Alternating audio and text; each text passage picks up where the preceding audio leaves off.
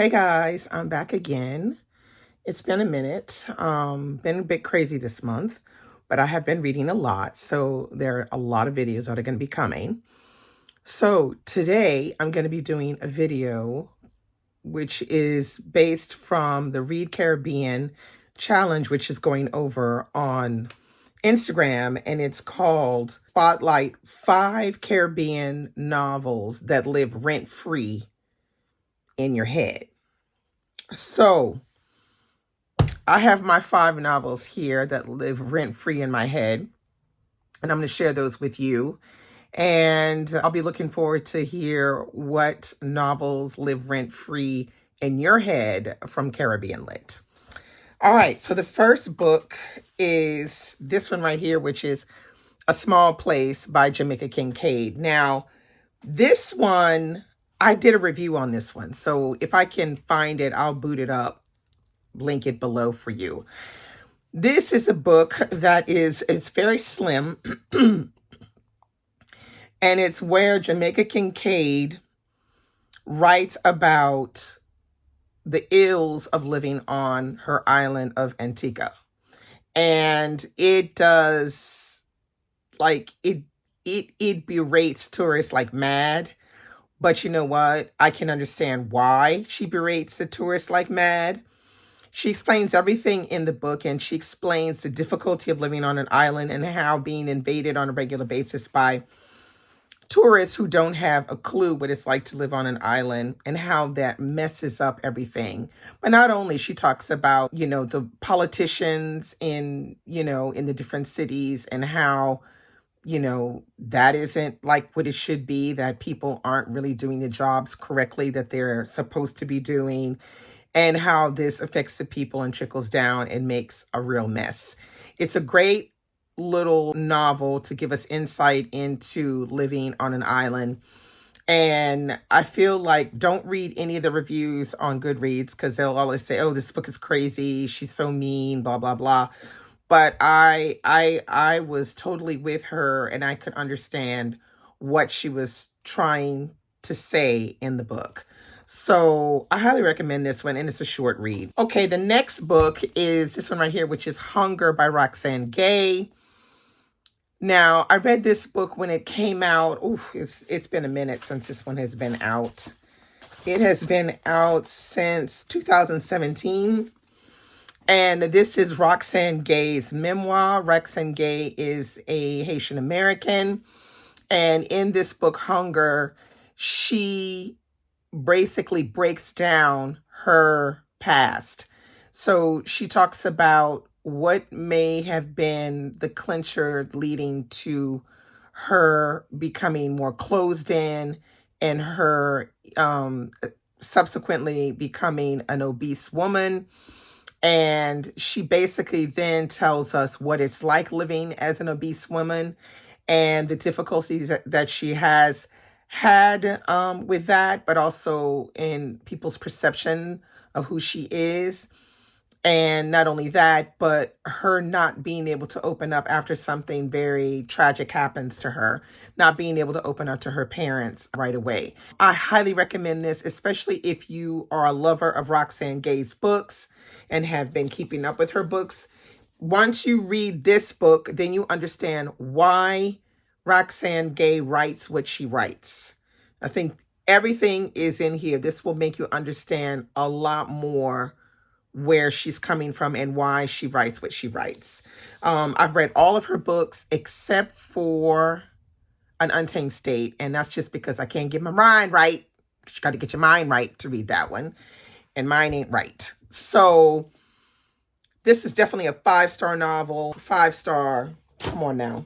You gotta get with this one. It's just really, really good.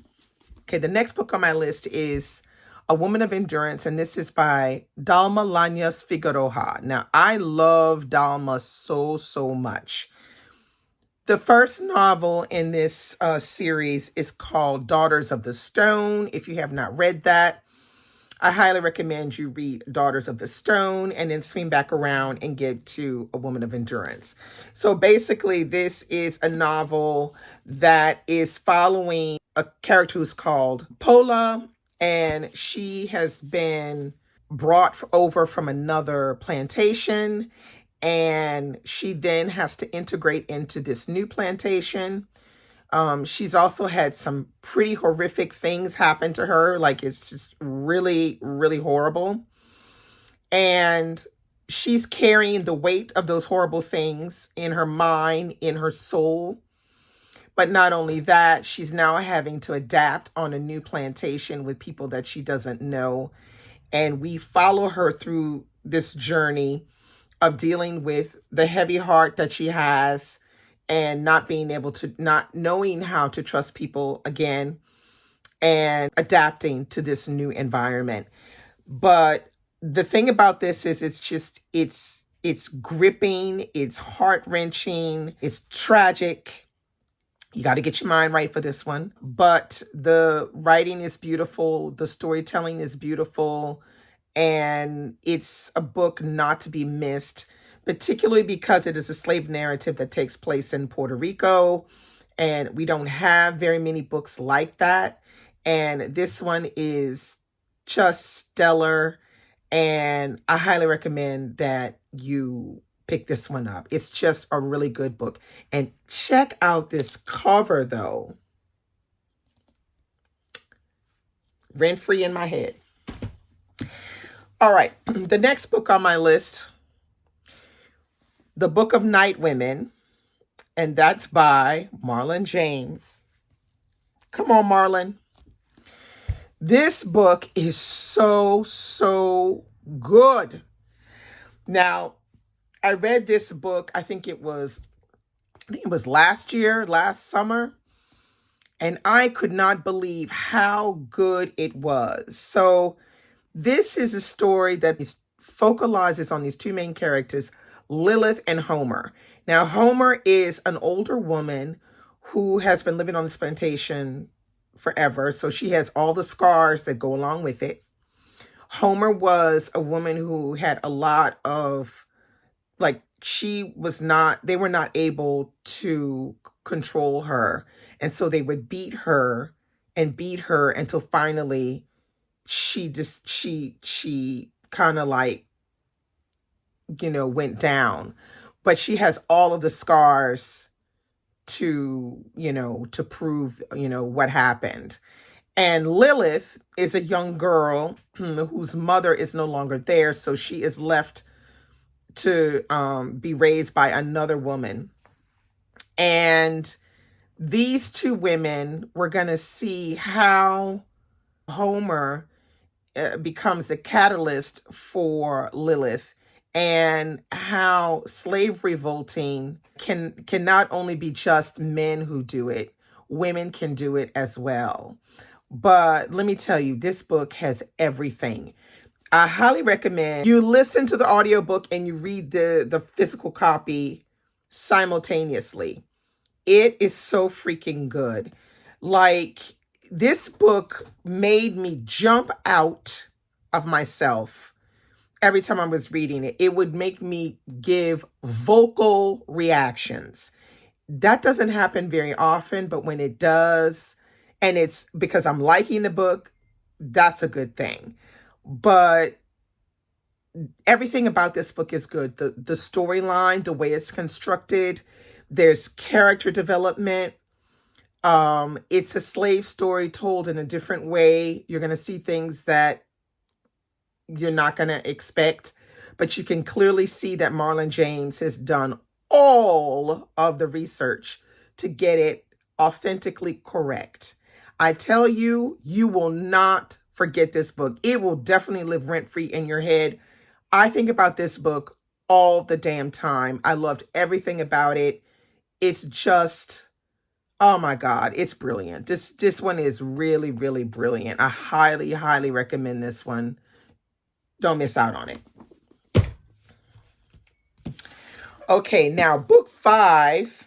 This one I gave 4.5 stars, but I loved it. And that's How the One-Armed Sister Sweeps Her House by Cherie Jones. Come on, Cherie. Can I get an amen for Cherie Jones? This book, oh my God, Lord, this book, now you got to get your mind right for this one too. Because there's some things, people going through some things in here. This is its story. It's constructed in a different kind of way because you have one story going on with a young woman who is raising a baby and she's with her boyfriend, and you have another storyline going on with another woman who is trying to sort of like pass for white kind of thing.